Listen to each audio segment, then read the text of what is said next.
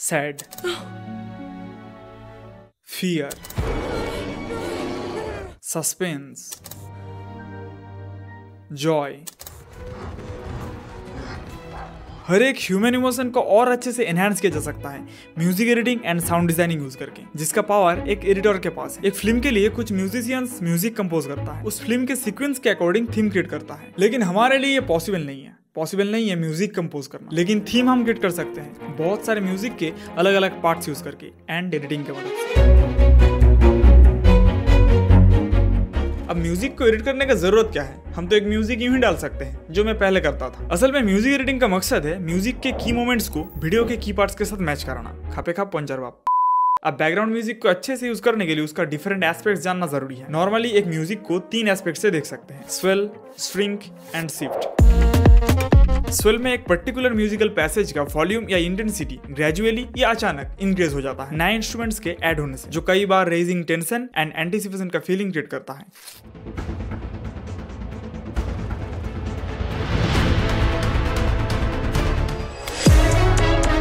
Shrink swell का opposite है, मतलब एक म्यूजिकल पैसेज का वॉल्यूम धीरे धीरे या अचानक कम हो जाएगा। अब वो सिर्फ वॉल्यूम से भी हो सकता है या कुछ इंस्ट्रूमेंट्स हट जाने से भी हो सकता है। जहां पर टेंशन धीरे धीरे खत्म हो रहा है वहां पर म्यूजिक श्रिंक हो सकता है एक सॉफ्टवेयर डायनामिक लेवल में। जहां पर बहुत इंपॉर्टेंट डायलॉग या फिर एम्बिएंट साउंड का है वहां पर म्यूजिक श्रिंक यूज होता है। इसके अलावा कॉन्ट्रास्ट क्रिएट करने के लिए या फिर म्यूजिक पार्ट्स के बीच में ट्रांजिशन के लिए यूज होता है म्यूजिक श्रिंक।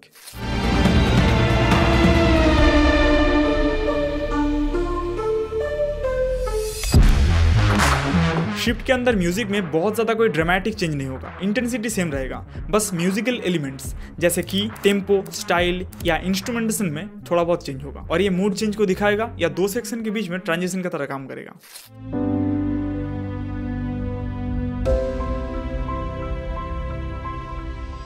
अब मैन्युअली म्यूजिक को एडिट करना और साउंड डिजाइनिंग करने का यही मकसद है कि राइट टाइम पर शिफ्ट, स्वेल और श्रिंक यूज कर सके ताकि वो हमारे डायलॉग्स के साथ, विजुअल के मूड्स के साथ मैच हो जाए। अब ये सब जानने के बाद तुम एक म्यूजिक को रिकम्पोज कर सकते हो अपने टाइमलाइन में, अगर तुम्हारे पास एक फ्लेक्सिबिलिटी है। कौन सा फ्लेक्सिबिलिटी बाद में बताता हूँ, लेकिन उससे पहले तुम लोगों का मोस्ट आस्क्ड क्वेश्चन, मैं कहाँ से म्यूजिक डाउनलोड करता हूँ, कौन सा म्यूजिक यूज करता हूँ, और किसी को तो लिंक भी चाहिए। पहले मैं अपबीट से म्यूजिक यूज करता था, लेकिन अब नहीं करता, क्योंकि पहले 10 म्यूजिक डाउनलोड कर सकते थे पर मंथ, अब वो 3 हो चुका है, जिससे ज्यादा तो मेरे एक वीडियो में लग जाता है। फ्री म्यूजिक सोर्सेस जैसे audio library, mix kit, upbeat, ये एक लेवल तक ठीक है, बिगिनर लेवल तक, लेकिन जब तुम थोड़ा सा एडवांस जाना चाहते हो तो कई बार हमें खुद ही नहीं पता होता हमें क्या चाहिए, लेकिन मिलने के बाद पता चलता है कितना हेल्प हुआ। इसीलिए मैंने एपिडेमिक साउंड का सब्सक्रिप्शन लिया। $6 पर मंथ बहुत बड़ा अमाउंट है मेरे लिए भी, लेकिन कुछ दिन यूज करने के बाद ट्रायल पीरियड के अंदर ही पता चल गया बहुत दिन वेस्ट कर दिया है मैंने, इससे पहले ही मुझे सब्सक्रिप्शन लेना चाहिए था।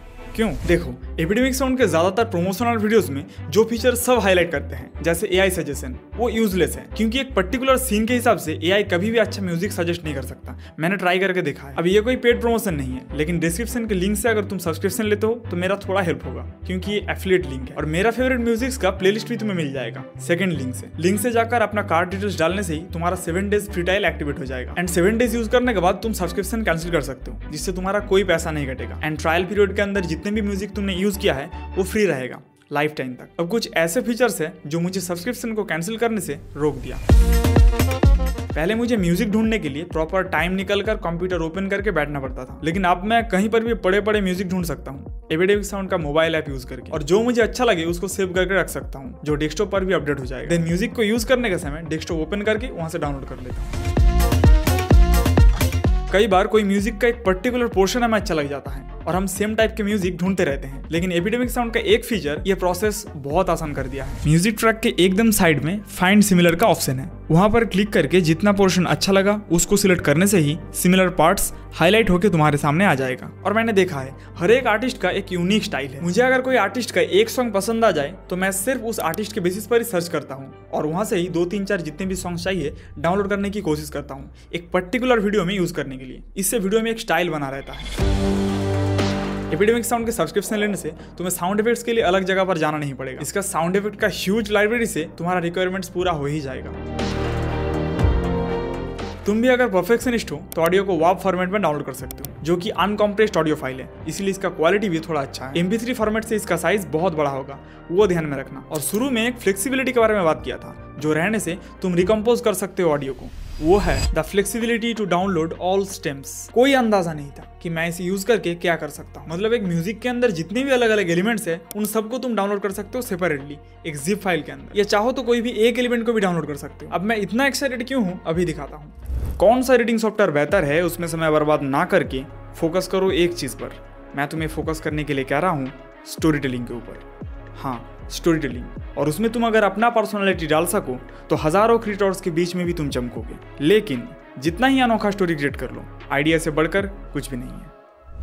ये वीडियो एक नॉर्मल बैकग्राउंड म्यूजिक के साथ इसको ही और थोड़ा इंप्रूव करने के लिए एनालिसिस करेंगे। फोकस करो एक चीज पर। इसके बाद जो वर्ड आएगा वो बहुत इंपॉर्टेंट है, इसीलिए यहाँ पर थोड़ा सा पॉज है। तो यहाँ पर डायलॉग को एम्फेसाइज करने के लिए म्यूजिक श्रिंक यूज करेंगे और यहाँ से एक नया बिगिनिंग होता है, इसलिए यहाँ पर यूज करेंगे स्वेल। देन यहाँ से एक ट्विस्ट आएगा जिसको इंडिकेट करेंगे शिफ्ट यूज करके। इस सीक्वेंस के लिए मैंने इस म्यूजिक को चूज किया है। इसको और अच्छे से रिकम्पोज करने के लिए मैंने ऑल स्टेम्स को डाउनलोड किया है। तो रिकम्पोज करने से पहले अलग अलग ट्रैक्स को टाइमलाइन में डालकर अलाइन कर लेंगे एंड हर एक एलिमेंट पर अलग लेवल डाल देंगे। कौन सा एडिटिंग सॉफ्टवेयर बेहतर है उसमें समय बर्बाद ना करके, और जैसा हमने पहले डिसाइड किया था, यहाँ पर म्यूजिक श्रिंक यूज करेंगे। तो म्यूजिक के अंदर ये पार्ट श्रिंक हो रहा है।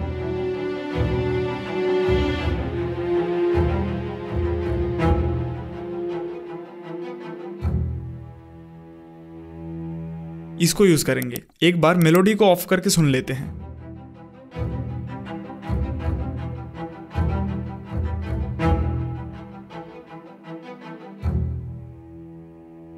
ये अच्छा लग रहा है। तो मेलोडी को छोड़कर बेस एंड इंस्ट्रूमेंट का लेयर को छोटा कर लेंगे एंड स्ट्रिंग को ठीक जगह पर प्लेस करेंगे। कौन सा एडिटिंग सॉफ्टवेयर बेहतर है उसमें समय बर्बाद ना करके फोकस करो एक चीज पर।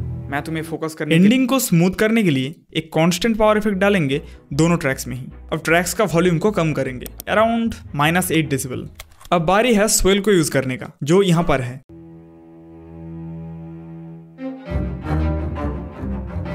तो इन बीट्स के आगे तक कट कर लेंगे और इन दोनों ट्रैक्स को सिलेक्ट करके ले जाएंगे। एंडिंग में भी स्ट्रिंग यूज करना होगा, लेकिन ये ट्रैक थोड़ा बड़ा है तो मिडिल में कट करके साइड में रख देंगे। ना स्वेल को एडजस्ट करके की मोमेंट पर प्लेस करेंगे और इन दोनों ट्रैक्स के शुरू में भी एक कांस्टेंट पावर डालेंगे। अब एंडिंग में स्ट्रिंग यूज करने के लिए इन दोनों ट्रैक्स को छोटा कर लेंगे। तो एंडिंग को एडजस्ट करके ट्रैक्स को एक्सटेंड कर देंगे और ऑटोमेटिक मैच हो जाएगा, ये उम्मीद कर सकते हैं, क्योंकि दोनों ट्रैक्स सिमिलर सेगमेंट का ही है।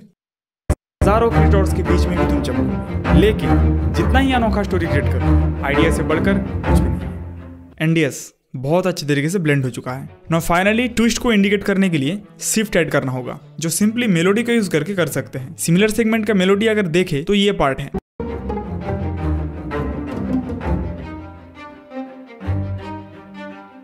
लेकिन ये राइट टाइम पर खत्म नहीं हो रहा, इसीलिए इसके पहले वाले पार्ट को यूज करेंगे। तो यहां से कट करके प्लेस कर देंगे जहां से ट्विस्ट आ रहा है वीडियो में। अब इन सारे ट्रैक्स का वॉल्यूम को एडजस्ट करके कांस्टेंट पावर इफेक्ट ऐड करने के बाद फाइनल आउटपुट ऐसा है। कौन सा एडिटिंग सॉफ्टवेयर बेहतर है उसमें समय बर्बाद ना करके फोकस करो एक चीज पर। मैं तुम्हें फोकस करने के लिए कह रहा हूँ स्टोरी टेलिंग के ऊपर। हाँ, स्टोरी टेलिंग। और उसमें तुम अगर अपना पर्सनालिटी डाल सको तो हजारों क्रिएटर्स के बीच में भी तुम चमकोगे। लेकिन जितना ही अनोखा स्टोरी क्रिएट कर लो, आइडिया से बढ़कर कुछ भी नहीं है। तुम्हारा टाइमलाइन में अगर तुम अपने हिसाब से, अपने वीडियो के हिसाब से स्वेल, श्रिंक और शिफ्ट को क्रिएट कर सको, म्यूजिक में स्ट्रक्चर एंड डायनामिक्स ऐड कर सको, तो वीडियो का फीलिंग तुम अलग लेवल पर ले जा सकते हो। विजुअल प्रेजेंटेशन में हम वीडियो को सिर्फ देखते नहीं, सुनते भी हैं। इसीलिए म्यूजिक को एडिटिंग का 50% कहा जा सकता है और उसमें कंप्रोमाइज करना ठीक नहीं होगा। अगर तुम बिगिनर हो तो इधर उधर से म्यूजिक उठाकर काम चला सकते, लेकिन थोड़ा सा भी सीरियस हो और वीडियो क्वालिटी में इंप्रूवमेंट चाहिए, ज्यादा टाइम ना देना पड़े, कॉपीराइट क्लेम और क्रेडिट वगैरह का झंझट नहीं चाहिए, तो epidemic sound is the best option. और बढ़ते हुए इस एआई के जमाने में एआई को अपने काम में यूज करने के लिए इस वीडियो को जरूर देखना। जल्द मिलूंगा अगले वीडियो पर, तब तक के लिए बाय।